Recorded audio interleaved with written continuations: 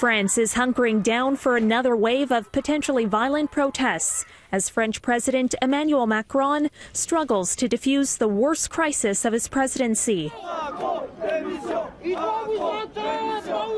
With tensions building in Paris and across the country over the cost of living, much of the City of Lights will be on lockdown, and tens of thousands of police deployed across the nation tomorrow to contain the so-called Yellow Vest Rebellion. We are not happy with the problems that we are having now. It looks like here there more violence, so it's more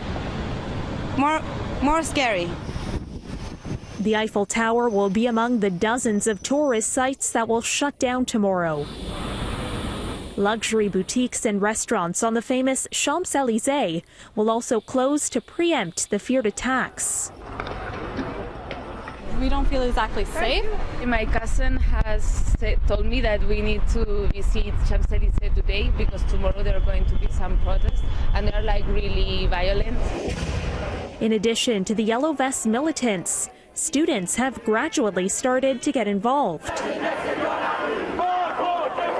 Today, some demonstrated in the streets of Paris where they clashed with riot gear-clad police. In central France, the young protesters were met with tear gas.